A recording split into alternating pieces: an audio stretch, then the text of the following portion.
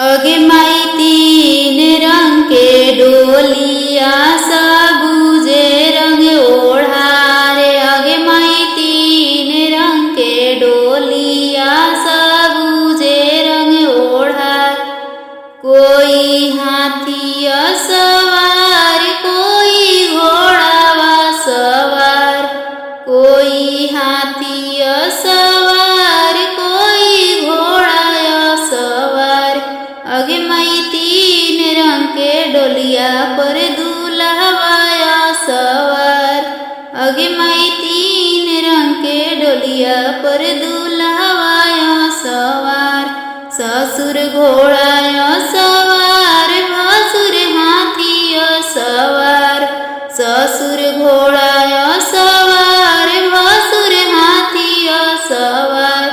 अगे माई तीन रंग के डोलिया पर दूल्हवाया सवार। अगे माई तीन रंग के डोलिया पर दूल्हवाया सवार।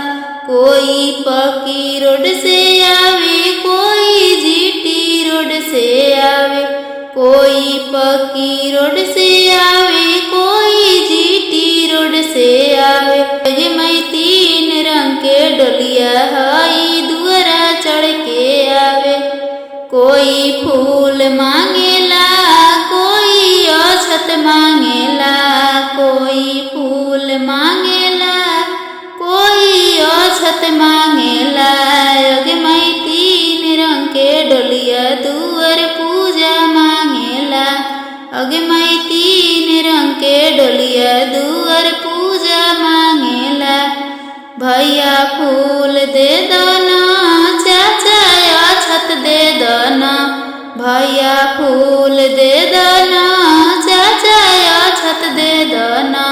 पापा तीन रंग के डोलिया के दुआर पूजा दर्शन दना। पापा तीन रंग के डोलिया के दुआर पूजा दर्शन दना। अगे माई तीन रंग के डोली